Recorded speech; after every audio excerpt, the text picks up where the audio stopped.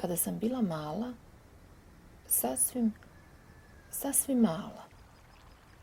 Kada sam bila tako mala da sam mogla stati u kap vode ili se omotati u vlat trave.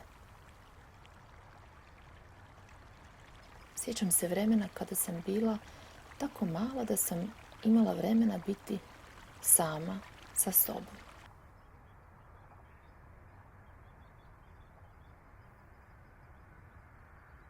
Sjećam se ugode, topline i sigurnosti.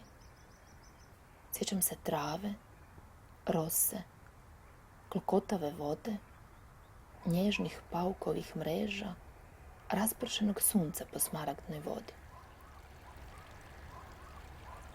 A sva ta sjećanja sežu u Liku, zemlji mojih predaka i mog djetinjstva.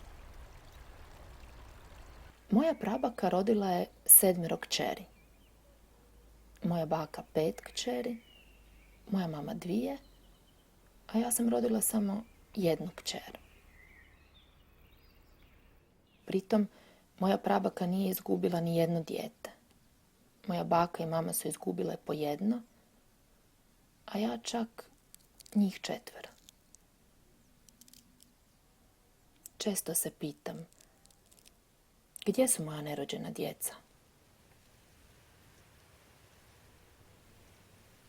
Htjela bih znati gdje su i što rade zauvijek izgubljena sva moja nerođena djeca. Ponekad ih vidim onkraj oka.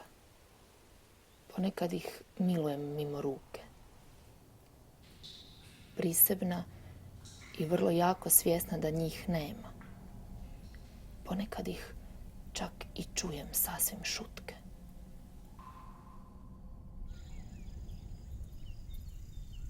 Sjećam se vremena kada nije bilo takvih briga.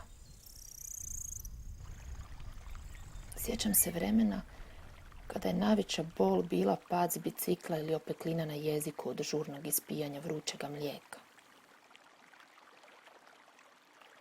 Ali to su samo sjećanja. Realnost je da moja obitelj iščezava.